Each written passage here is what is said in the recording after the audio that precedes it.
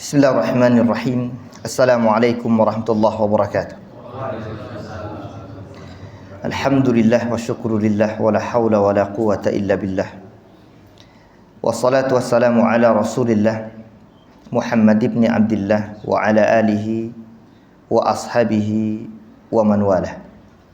Ya ayyuhalladzina amanu taqullaha haqqa tuqatih wa la tamutunna illa wa antum muslimuna, amma ba'd. Ma'asyiral muslimin rahimani rahimakumullah. Kita lanjutkan kajian kita sedikit. Insyaallah kita kemudian akan masuk pada diskusi dan tanya jawab. Tadi kita sampaikan ada sekitar 4 perkara, di mana 6 perkara yang jika 6 tersebut dilakukan sesuai dengan petunjuk Nabi SAW, berarti dia telah melakukan ittiba. Kalau tidak, maka dia telah melanggar ittiba.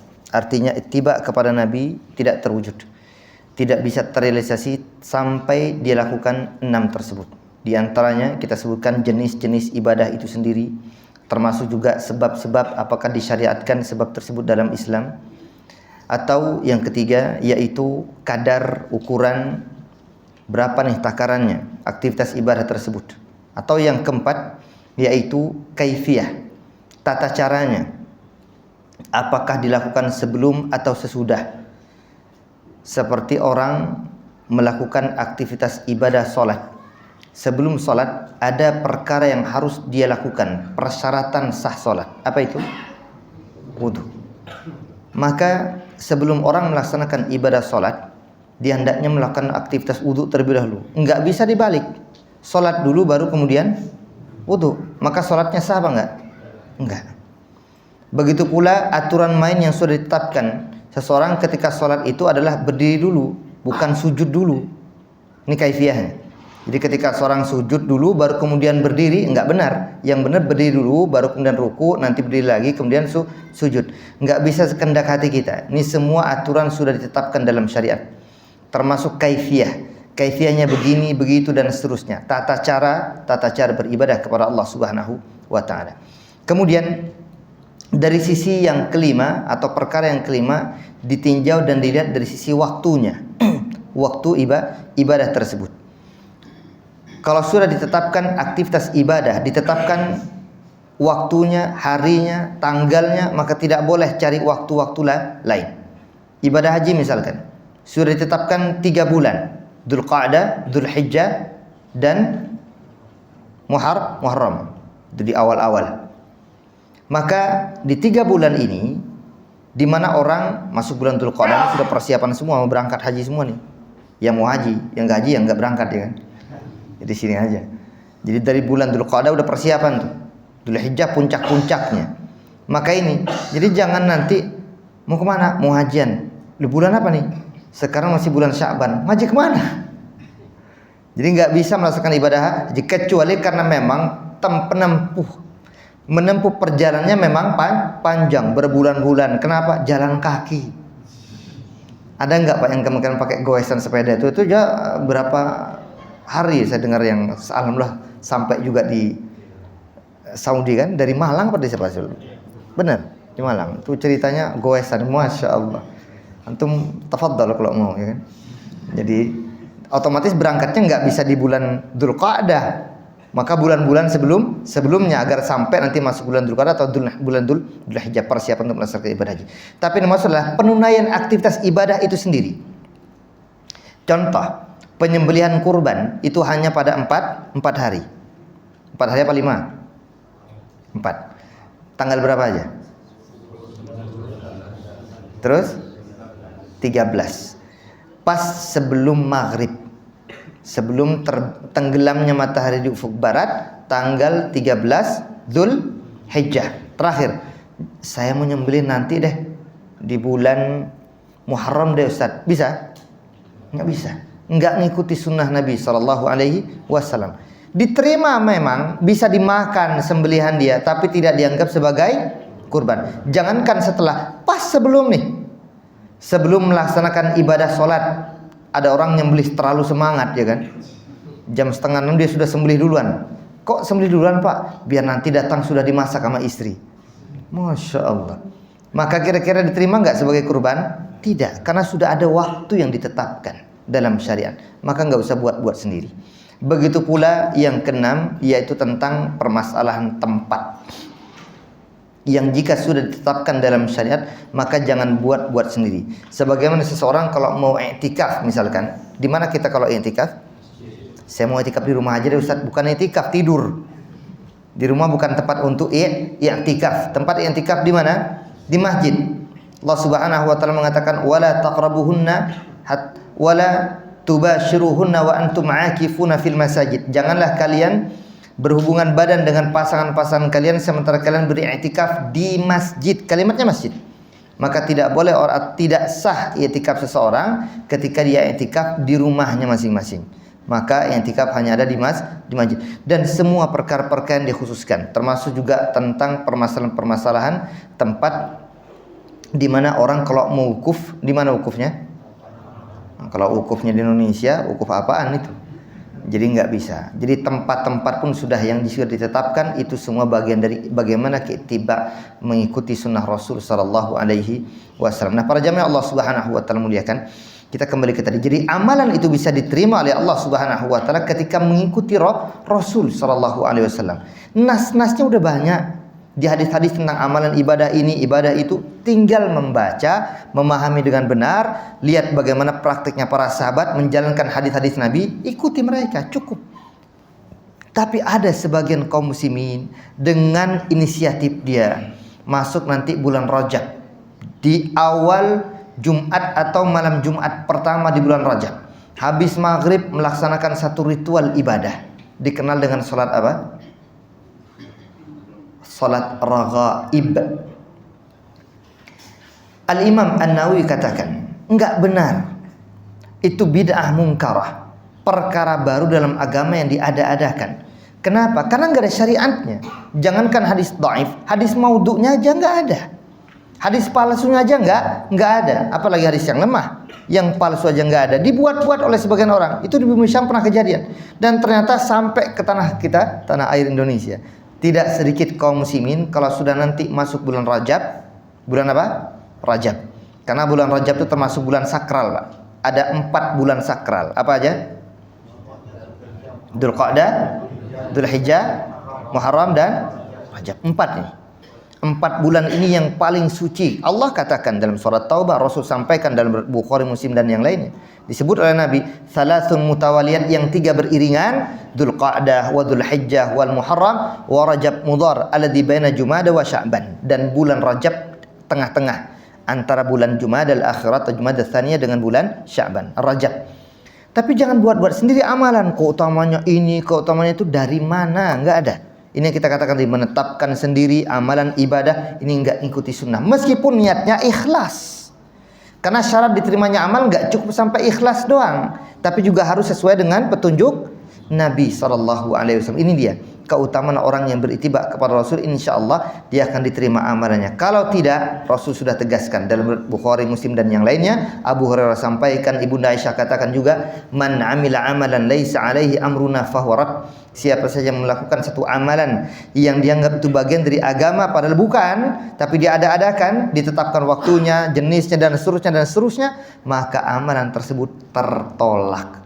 Mending Pak kalau cuma tertolak. Kalau cuma hanya enggak diterima sama Tuhan masih enak. Ini perkara yang diadakan dalam agama ini, Rasul sudah tegaskan jauh-jauh hari. Iyyakum wa muhdatsatil umur. Hati-hati kalian dengan perkara-perkara baru yang diada-adakan dalam urusan-urusan agama.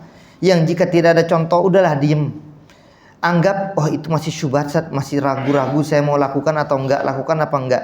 Kalau ragu Pak, kembali kepada hadis Nabi. Innal halala bayyin wa innal harama bayyin wa bainahuma umurun wa bainahuma mustabihat.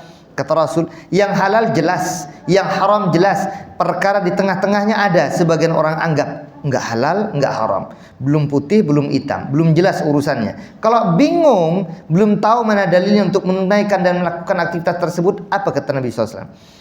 faman waqa'a fi syubhat faqad waqa'a fil haram. Yang jatuh dalam perkara-perkara yang abu-abu telah jatuh dalam perkara yang diharamkan. Wa man ittaqa syubhat faqad istabra'a li dinihi wa 'irdihi. Yang menjaga diri dari perkara-perkara syubhat dia tinggalkan. Aku belum tahu nih pendalilannya, aku tidak tahu nih tentang perihal semacam ini, sementara tinggalkan orang yang meninggalkan semacam ini, kata Nabi apa? Faqad istabra'a li dinihi wa 'irdihi. Dia telah menjaga dirinya dan telah menjaga dan menyelamatkan agamanya dari perkara-perkara baru dalam agama. Lihat. Jadi ini keutamaan orang yang mengikuti sunnah Rasul sallallahu alaihi wasallam. Dan tentu masih banyak perkara-perkara lain, tapi saya tutup dengan kenapa sih kok kadang ada sebagian orang itu enggan untuk ikut Nabi, untuk berittiba kepada Rasul. Hadis-hadisnya udah jelas di mata dia, di hadapan dia, tapi kadang kok masih ngotot juga enggak ngikut sunnah Rasul sallallahu alaihi wasallam. Yang paling banyak terjadi di antaranya, kata para ulama, adalah mengedepankan perkataan-perkataan orang-orang terdahulu. Siapa mereka? Kembali kepada ayat atau surah Al-Baqarah 170 tadi. Suka mengedepankan apa yang dikatakan bapaknya, dikatakan ibunya, dikatakan kakeknya, dikatakan neneknya. Dulu pendahulu saya mengatakan begini, sudahlah ikut yang dulu kemarin-kemarin aja begini. Kok tiba-tiba jadi kayak baru lagi sekarang? Enggak. Beragama dan beribadah kepada Allah Subhanahu wa taala itu harus murni. Harus jelas landasan-landasannya, karena ini syariat, bukan main-main, bukan urusan duniawi yang setiap kita boleh berinovasi, boleh berkreasi, tapi dalam urusan agama harus kita jadikan suri teladan kita siapa? Rasul sallallahu alaihi wasallam. Rasul lakukan apa enggak? Rasul contohkan apa enggak? Kalau enggak, sudahlah tinggalkan sementara. Yang jelas-jelas aja dalam beribadah kepada Allah. Karenanya banyak orang yang mendahulukan pendapat nenek moyang mereka, tokoh-tokoh mereka, daripada dalil-dalil syar'i yang jelas, yang sahih dan sharih. Dalam surah Al-Baqarah 170 tadi kita sudah sampaikan, dan sangat banyak sekali perkara-perkara yang dikedepankan karena urusan-urusan para ketua-ketua, para sesepuh-sesepuh dan para tokoh-tokoh yang dikedepankan, bukan karena dalil-dalil syar'i. Dan yang tak kalah penting juga, para ulama menjelaskan kenapa kadang orang enggan dan tidak ittiba kepada Rasul sallallahu alaihi wasallam, itu karena urusan hatinya, songong, sombong dan angkuh, serta kemudian orang ini gengsi, malu dia. Sudah kadung pernah menyampaikan, kayak kemarin-kemarin kan gengsi sebenarnya itu. Enggan untuk menarik, cari-cari terus, nggak kelar-kelar. Cari dukungan ke sana kemari, subhanallah. Kalau sudah urusannya gengsi, Pak, malu. Akhirnya apa? Tidak mendapatkan hidayah dari Allah Subhanahu wa taala. Dalam menerima kebenaran itu, dan jangan sampai kita jatuh pada perkara kesombongan. Rasul sudah tegaskan, kesombongan ini perkara yang bisa menghalangi seseorang dari kebenaran. Coba lihat, Nabi mengatakan apa? Pernah Rasul sampaikan, innallaha jamil yuhibbul jamal. Allah itu maha indah, senang dan suka kepada yang indah-indah. Jadi orang nggak ada masalah, pakaiannya indah, itu bukan kesombongan. Sandalnya bagus, bukan kesombongan. Mungkin pakaiannya masya Allah bagus banget ya, sombong nih orang pakaiannya bagus, ya enggak.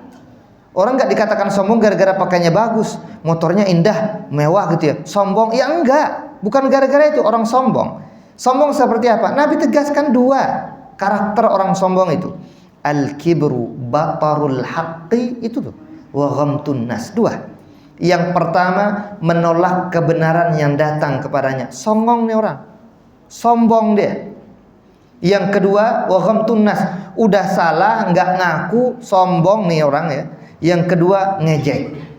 Ngejek, ujung-ujungnya itu. Jadi dua nih, tipikal orang sombong.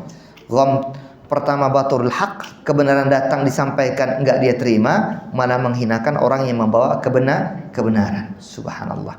Jangan sampai kita jatuh pada dua tipikal ini, Pak. Hindari sejauh-jauhnya. Ini pakaian hanya milik Allah Subhanahu wa taala. Wal kibriya utridai, kata Allah.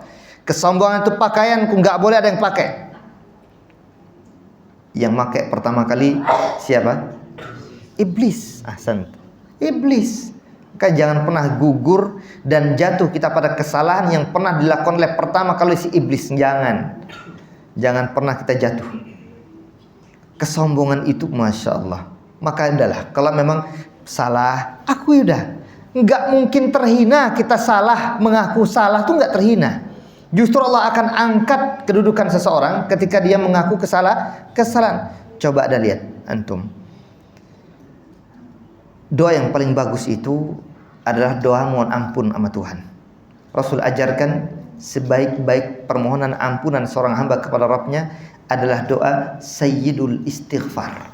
Apa isinya? Antum lihat nanti. Kapan-kapan boleh kita kupas tuh hadis itu ya. Doa Sayyidul Istighfar. Pengakuan semua Pak isinya.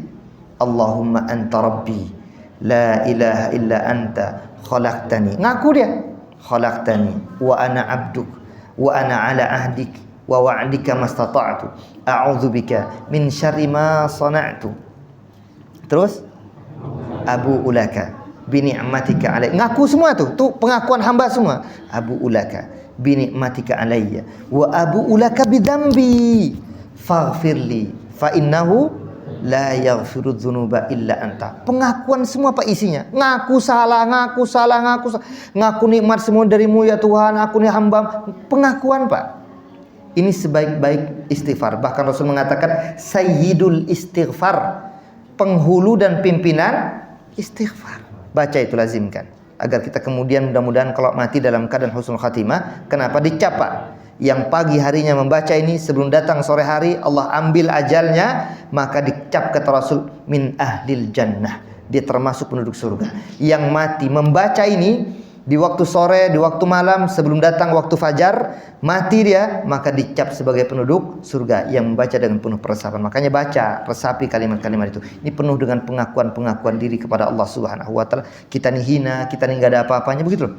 Jangan songong saya, Masya Allah. Jadi ini yang kadang membuat orang enggan untuk mengikuti sunnah Rasul sallallahu alaihi wasallam. Betapa banyak Pak ustadz, kiai dan sebagian orang yang mungkin sudah punya ilmu, tapi kadang karena gengsinya, apalagi kalau sudah followernya udah banyak Pak. Masya Allah, ini fitnah besar bagi seorang ulama, fitnah besar bagi seorang cendekiawan muslim, fitnah besar bagi seorang ustadz ketika jamaahnya banyak. Akhirnya apa? Kebanyakan tergantung jamaah. Yang hak tetap hak, yang batil tetap batil. Enggak ada urusan mereka ngikut kita enggak ngikut kita, intinya sampaikan yang hak, yang batil batil. Biarkan itu kembali kepada Allah Subhanahu wa taala. Baik, saya kira ini kita masuk pada diskusi dan tanya jawab kalau memang ada waktu cukup ya. Ya, fadhal. Assalamualaikum Ustaz. Di zaman ini Ustaz, bagaimana kita sebagai penuntut ilmu Ustaz memilih asatis yang dimana hampir sekarang asatis itu baik dari kalangan manhaj yang hak ini ataupun di luar manhaj mengeluarkan qala Allah, qala Rasul, wa qala sahabat. Nah, ini bagaimana kita memfilternya Ustaz? Dimana kalau misalkan kajian-kajian ini dia dari, misalkan saya sebutkan salah satu lembaga Dewan Dakwah ataupun belakangnya LC dan lain-lainnya Ustaz. Bagaimana kita cara memfilter hal ini Ustaz? Syukran Ustaz. Baik. Wa iyyakum barakallahu fiik. Para jamaah Allah Subhanahu wa taala muliakan. Memang dasarnya seseorang beribadah kepada Allah Subhanahu wa taala jelas, tuntunannya jelas, dalilnya jelas. Qala Allah wa ma qala Rasuluh. Itu dulu. Itu dasar awal. Tapi tentu tidak cukup sampai di situ. Karena banyak orang-orang yang memelintir ayat-ayat Allah, memelintir hadis-hadis Nabi sallallahu alaihi wasallam. Maka harus ada yang kedua. Apa itu? Ala manhaj as-salaf. Di atas metode beragamanya kaum salaf. Siapa kaum salaf ini? Kaum salaf adalah 3 generasi yang disebut oleh Rasul sallallahu alaihi wasallam. Nabi SAW mengatakan, khairun nas qarni, thumma alladhina yalunahum, thumma alladhina yalunahum. Sebaik-baik orang. Kalimatnya sudah sebaik-baik Pak. Bukan baik, sebaik-baik. Kalau bicara orang baik itu banyak orang hari ini, banyak nggak yang baik? Banyak. Tapi yang disebut dalam Al-Quran kuntum khairu ummatin ukhrijat linnas itu siapa? Ini pertanyaan besarnya. Jangan setiap orang ngaku kita nih sebaik-baik umat Ustadz kita. Kita siapa di sini? Kuntum di sini pertama kata para ulama adalah para sahabat. Para siapa? Para sahabat. Bukan orang-orang biasa. Jadi orang-orang terbaik itu senantiasa adalah orang-orang yang bersama orang-orang terbaik. Pertama orang terbaik adalah para nabi dan para rasul. Maka Nabi Isa hawariyin, Nabi Musa juga pengikut-pengikutnya itu orang-orang terbaik, dan Nabi kita Muhammad SAW pengikutnya yang pertama adalah para sahabat. Mereka lah orang-orang terbaik yang bersama dengan Nabi kemanapun Nabi pergi, Nabi kesana kemari, para sahabat ngikut melaksanakan ini itu. Mereka paling tahu, hati mereka paling bersih kata para ulama kita, dan mereka dipersiapkan oleh Allah Subhanahu wa taala, makhluk-makhluk Allah, pilihan Allah untuk menemani Rasul sallallahu alaihi wasallam. Maka mereka lah orang-orang terbaik yang mana hati mereka masih bersih, mereka memikirkan ayat-ayat Allah Subhanahu wa taala, memahami ayat-ayat Allah tabaraka taala, jauh dari hasrat birahi duniawi, jauh.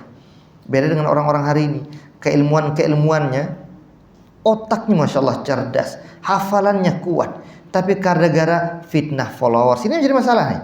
Fitnah duniawi, atau bahasa orang sekarang wanipiro, yang putih jadi hitam, yang hitam jadi subhanallah. Maka kita sarankan, kita katakan sekali lagi, bukan hanya sampai ma qala Allah wa ma qala rasuluh, jangankan orang-orang terbaik, atau orang-orang khawarij pun mengatakan kalimat ayat-ayat Allah.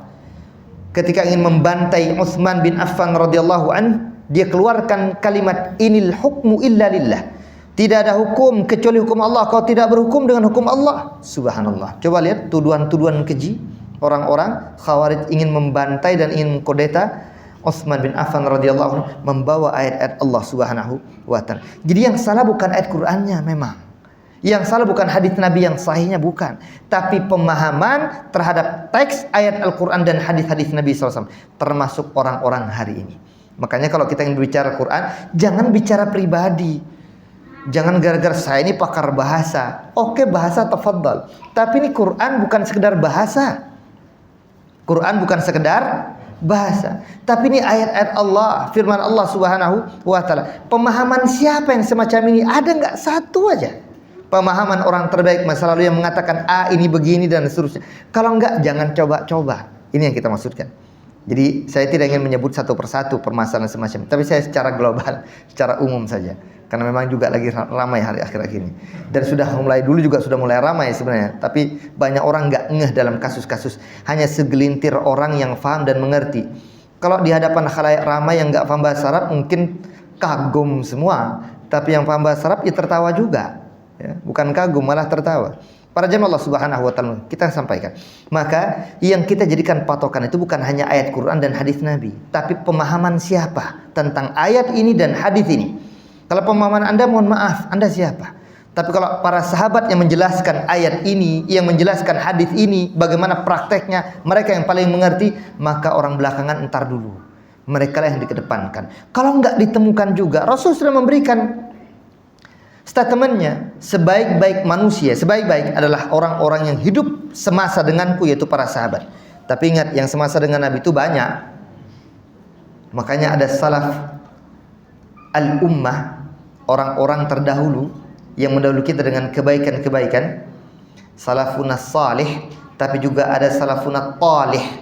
Jadi dua kemungkinan, orang terdahulu yang baik-baik dan orang terdahulu yang buruk-buruk dan jahat-jahat. Makanya Abu itu macam-macam, ada Abu Bakar yang baik, juga ada Abu Jahal yang buruk.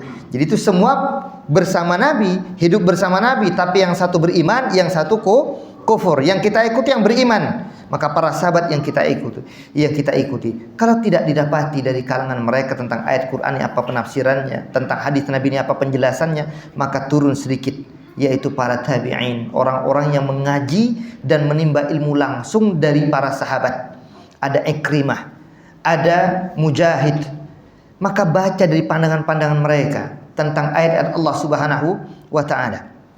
Maka ketika kita dapati mereka mengatakan ini tidak jauh pemahamannya.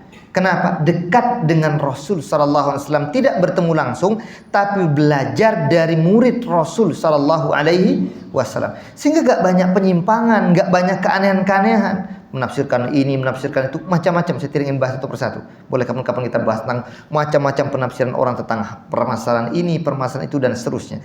Nah, karenanya yang kita jadikan patokan adalah bukan sekedar ayat Allah dan hadis, karena semua orang boleh mengambil ayat, boleh mengambil hadis, comot sana, comot sini, tapi pemahaman ini yang harus diperhatikan. Nah, karenanya belajar kembali manhaj tentang bagaimana metode beragamanya para sahabat, bagaimana mereka menerapkan dari Al-Quran dan hadis-hadis Rasul sallallahu alaihi wasallam dalam kehidupan mereka sehari-hari. Ya, karenanya pilah-pilah Pak.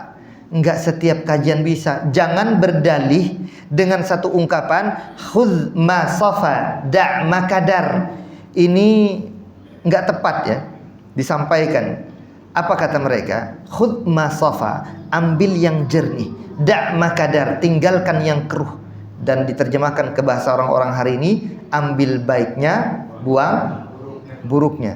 Anda siapa? Mampu bisa memfilter ini baik, ini buruk. Datang ke kajian si fulan dianggap baik semua? Belum tentu. Banyak orang malah terkena syubhat datang, itu kan baiknya dari sisi ini, dia bagus di sininya, dia bagus di sini. Mampukah kita memfilter semua yang disampaikan? Kalau kita mampu, kita yang jadi penyampainya. Maka nggak gampang untuk memfilter sesuatu, menyaring informasi-informasi tentang permasalahan agama. Betapa banyak yang diselipkan, yang dibubuhi, yang kemudian dia tidak sadari ternyata itu syubhat yang disampaikan.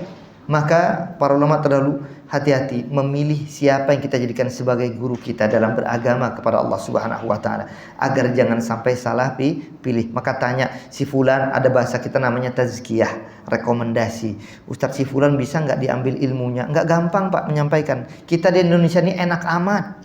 Enak amat. Nggak jadi apa, belum belajar agama dengan baik dan benar, langsung Ustadz mau kemana? Enak amat Ustadz ini. Istilah dan ungkapan kalimat Ustadz ini enak banget Pak. Saya dapatkan informasi dari dosen-dosen kita, orang-orang Mesir, orang Saudi. Kalimat Ustadz ini besar, bukan perkara kecil. Enggak setiap orang lulusan S1, S2, S3 bisa langsung ngajar di masjid-masjid, belum tentu bisa. Enggak gampang gitu. Sampai direkomendasikan si fulan boleh ngajar di sini, si fulan boleh ngajar di sini. Itu di sana. Di Indonesia, Allahu Akbar. Allahu Akbar saya katakan, subhanallah. Betapa gampangnya. Makanya hati-hati. Dan antum tanya, kira-kira bisa diambil enggak ilmunya si fulan ini? Tanya. Kenapa? Karena para ulama, Al-Imam Ibnu Sirin mengatakan bahwasanya al-ilmu dinun.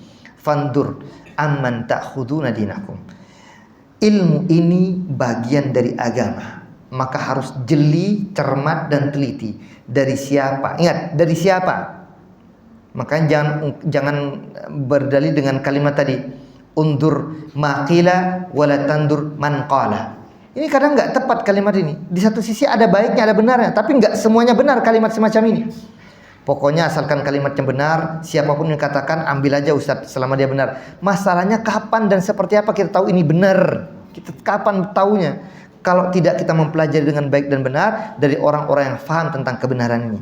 Makanya tidak salah kita mengikuti orang selama orang ini berada di atas kebenaran. Jadi kita mengikuti orang itu karena kebenarannya, bukan karena orangnya.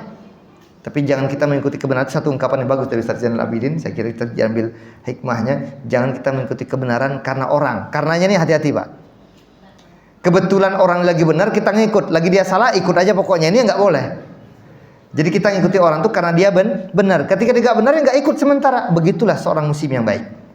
Makanya kita jadikan patokan adalah ayat Allah dan hadis-hadis Nabi-Nya dan pemahaman siapa, yaitu pemahaman orang-orang terbaik. Kalau si fulan dalam kajian menyampaikan qala si fulan maksudnya dikatakan para sahabat mengatakan ini, para tabi'in mengatakan ini, yang disampaikan dalam kajian-kajiannya ini adalah ungkapan-ungkapan yang hak insyaallah.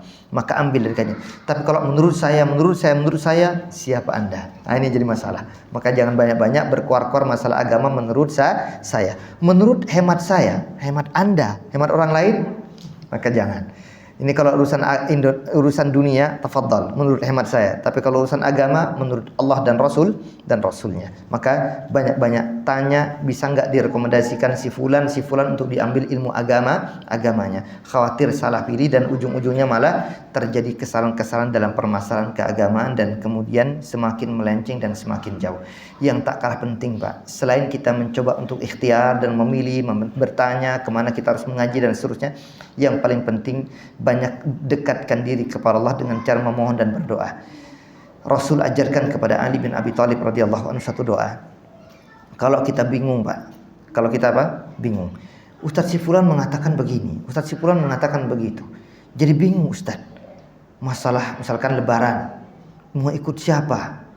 Ini sebentar lagi Idul Adha nih. Ya enggak? Idul Fitri mungkin udah kelar kemarin ya kan? Idul Adha. biasanya bingung lagi, ikut Saudi kah? Karena pelaksanaan ibadah haji itu di sana menurut sebagian asatidzah kita. Atau ikut pemerintah kita setempat sehingga nanti Idul Adha-nya mengikuti pemerintah. Kan bingung kan? Bingung nggak sebagian orang yang tidak paham dalam masalah ini? Bingung. Maka Rasul sudah memberikan ajaran. Kalau kita bingung dalam satu perkara, maka boleh dengan cara yang pertama, yaitu salat, dikenal dengan salat istikharah, yaitu memohon permintaan arahan dari Allah secara langsung. Allahumma inni astakhiruka bi'ilmik, dan seterusnya, baca itu yang diajarkan Nabi. Atau yang paling cepat dan yang paling ringkas, hanya 2 kata. Rasul ajarkan kepada Ali bin Abi Thalib radhiyallahu anhu, kalau kita bingung nih, Allahumma hdini wasaddidni. Cuma 2, Pak. Apa kalimatnya? Ini baca, antum hafalkan baik-baik. Allahumma hdini wasaddidni, jangan pakai shin. Kalau wasaddidni antum minta siksa itu. Syadidul iqab, keras siksanya Allah Subhanahu. Jangan minta siksa ya. Pakai sin tipis kecil, enggak ada titiknya.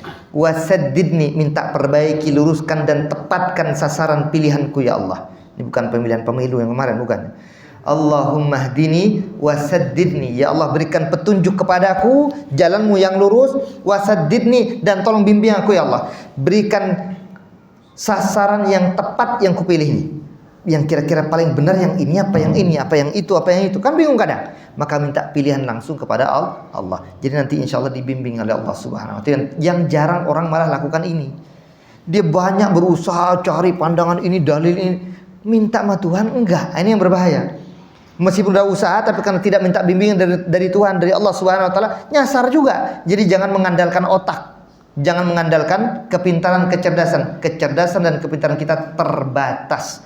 Maka mintalah hidayah kepada Allah Subhanahu wa Ta'ala. Kalau masih bingung juga, bacalah Rabbana la tuzigh qulubana ba'da idh hadaitana wa hab lana min ladunka rahmah innaka antal wahhab. Minta tuh agar hati kita terus tenang di atas jalan yang hak. Saya kira ini diantara yang poin-poin yang bisa saya sampaikan dari pertanyaan beliau. Wallahu a'lam bishawab. Nah, ada yang lain?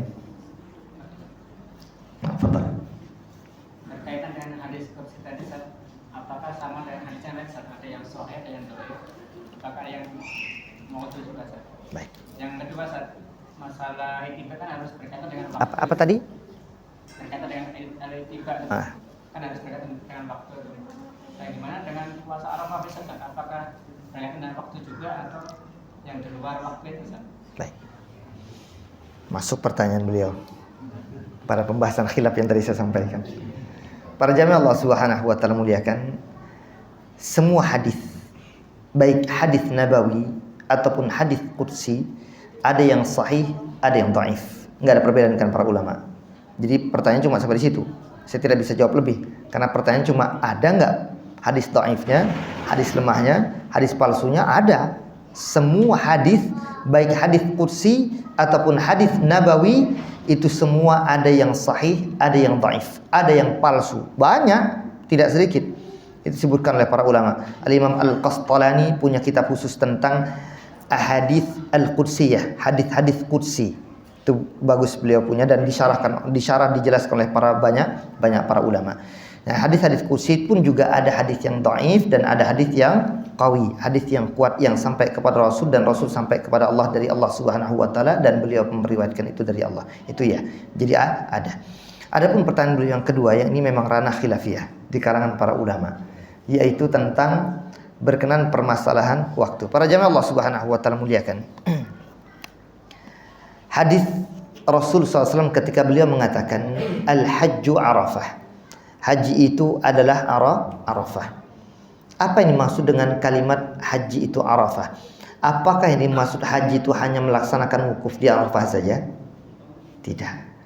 Justru di antara puncak ibadah haji itu adalah wukuf di arafah. Itu iya. Tapi bukan satu-satunya ritual aktivitas ibadah haji hanya wukuf di arafah. Karena banyak ritual-ritualnya. Ada melempar jumroh, ada nggak? Ada tawaf kudum. Juga begitu pula ketika seseorang akan melakukan wada'nya, tawaf wada'. Ini pelaksanaan ibadah haji. Ada sa'inya baina Safa. Jadi ibadah haji Jadi kalimat al-hajju Arafah ini maksudlah ibadah puncak haji itu di Arafah, itu maksudnya, bukan kemudian haji itu hanya Arafah saja. Sehingga ini lihat, ada khilaf muncul di kalangan para ulama kita, termasuk asatidzah kita di Indonesia. Khilafnya di mana? Pelaksanaan ibadah puasa Arafah. Ini kan puasa Arafah. Apakah puasa Arafah itu berkenaan dengan tempat, ataukah berpuasa Arafah itu berkenaan dengan waktu? Ini kayaknya tadi yang dijadikan poin pertanyaan beliau. Sehingga muncul yang satu mengatakan berkenaan dengan tempat, dengan hadis tadi al-hajju Arafah. Sebagaimana saya tahu Ustaz Abdul Hakim bin Amir Abdad hafizallahu taala lebih cenderung pada pandangan ini. Beliau mengeluarkan salah satu dalilnya adalah hadis itu, al-hajju Arafah. Haji itu Arafah, maka itu berkenaan dengan tempat, karena haji tidak pernah dilaksanakan di tempat lain. Haji hanya dilaksanakan di mana? Di Jazirah Arab. Nggak ada orang haji di Indonesia, nggak ada orang haji di Amerika, nggak ada orang haji di India, nggak ada. Hanya di tanah suci Makkah. Nah karenanya dari sini kata beliau berarti berkenaan dengan tempat, bukan sekedar waktu. Jadi berkaitan dengan tempat, pelaksanaan ibadah haji itu hanya di sana, semua ritual sama di sana. Maka berkenaan dengan siyam yaumi Arafah. Nah dia dikaitkan dengan itu nanti. Puasa hari Arafah. Aktivitas Arafah itu dikenal hanya pada musim-musim haji, nggak ada di waktu-waktu yang lain. Maka waktu dan tempatnya berkenaan dengan pelaksanaan ini semua, ibadah haji. Maka harus disinkronkan dengan pelaksanaan orang-orang yang sedang wukuf di Arafah. Ini pandangan pertama, Pak. Sehingga muncullah pandangan yang mengatakan kalau mau puasa Arafah harus bersamaan dengan orang yang melaksanakan wukuf di Arafah. Ini pandangan pertama. Tapi pandangan yang kedua, dan saya pribadi lebih cenderung kepadanya, maka ini berkenaan dengan waktu. Ini tidak ada secara khusus 100% mau ada orang wukuf di sana atau tidak wukuf di sana.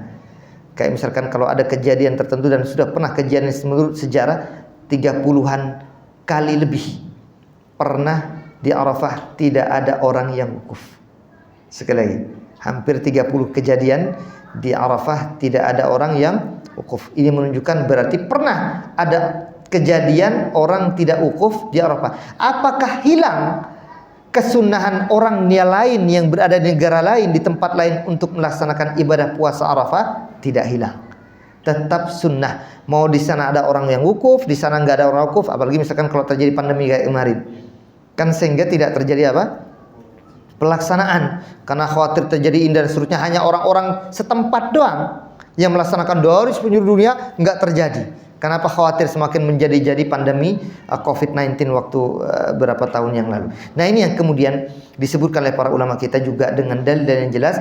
Jadi puasa Arafah itu juga bukan sekedar berkenaan dengan tempat, tapi berkenaan dengan permasalahan waktu. Kapan waktunya? Dzulhijjah, tanggal 9 Dzulhijjah. Pertanyaannya bukan masalah tempat saja, tapi waktu, tanggal. Kalau berbicara tanggal, maka tidak mungkin sama antara satu negeri, satu negara yang jauh di sana dengan Jazirah Arab. Antum bayangkan. Dan ini yang pernah terjadi di masa para sahabat.